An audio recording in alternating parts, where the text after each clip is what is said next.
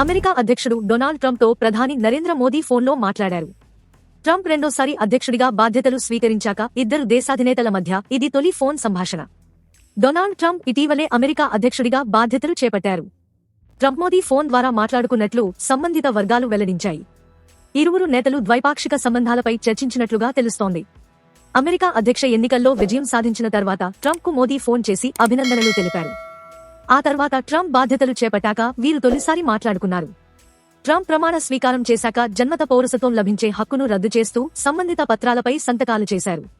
అమెరికాలో నివసిస్తున్న భారతీయులపై ఇది ప్రభావం చూపుతుంది. ఈ పరిణామాల నేపథ్యంలో ఇరుదేశాధినేతలు మాట్లాడుకోవడం ప్రాధాన్యతను సంతరించుకుంది. తన ప్రియమిత్రుడు అమెరికా అధ్యక్షుడు ట్రంప్తో మాట్లాడటం ఆనందంగా ఉందంటూ మోదీ ఎక్స్ వేదికగా ట్వీట్ చేశారు. ట్రంప్ రెండోసారి అధ్యక్షుడిగా బాధ్యతలు చేపట్టినందుకు అభినందనలు తెలిపినట్లు చెప్పారు. పరస్పర ప్రయోజనాలు, విశ్వసనీయ భాగస్వామ్యానికి కట్టుబడి ఉన్నామన్నారు. ప్రజా సంక్షేమం కోసం, ప్రపంచ శాంతి, శ్రేయస్సు, భద్రత కోసం కలిసి పని చేస్తామన్నారు. అమెరికా అధ్యక్షుడు డొనాల్డ్ ట్రంప్తో ప్రధాని నరేంద్ర మోదీ ఫోన్లో మాట్లాడారు. ట్రంప్ రెండోసారి అధ్యక్షుడిగా బాధ్యతలు స్వీకరించాక ఇద్దరు దేశాధినేతల మధ్య ఇది తొలి ఫోన్ సంభాషణ. డొనాల్డ్ ట్రంప్ ఇటీవలే అమెరికా అధ్యక్షుడిగా బాధ్యతలు చేపట్టారు. ట్రంప్ మోదీ ఫోన్ ద్వారా మాట్లాడుకున్నట్లు సంబంధిత వర్గాలు వెల్లడించాయి. ఇరువురు నేతలు ద్వైపాక్షిక సంబంధాలపై చర్చించినట్లుగా తెలుస్తోంది.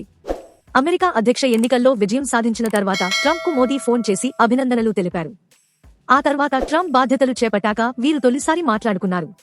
ట్రంప్ ప్రమాణ స్వీకారం చేశాక జన్మత పౌరసత్వం లభించే హక్కును రద్దు చేస్తూ సంబంధిత పత్రాలపై సంతకాలు చేశారు. అమెరికాలో నివసిస్తున్న భారతీయులపై ఇది ప్రభావం చూపుతుంది. ఈ పరిణామాల నేపథ్యంలో ఇరుదేశాధినేతలు మాట్లాడుకోవడం ప్రాధాన్యతను సంతరించుకుంది. తన ప్రియమిత్రుడు అమెరికా అధ్యక్షుడు ట్రంప్తో మాట్లాడటం ఆనందంగా ఉందంటూ మోదీ ఎక్స్ వేదికగా ట్వీట్ చేశారు.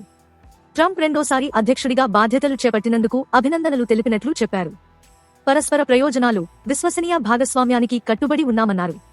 ప్రజా సంక్షేమం కోసం, ప్రపంచ శాంతి, శ్రేయస్సు, భద్రత కోసం కలిసి పని చేస్తామన్నారు. తాజా సమాచారం కోసం లైక్ చేయండి, సబ్స్క్రైబ్ చేయండి. నోటిఫికేషన్ల కోసం గంట సింబల్ ఆన్ చేసి పెట్టండి.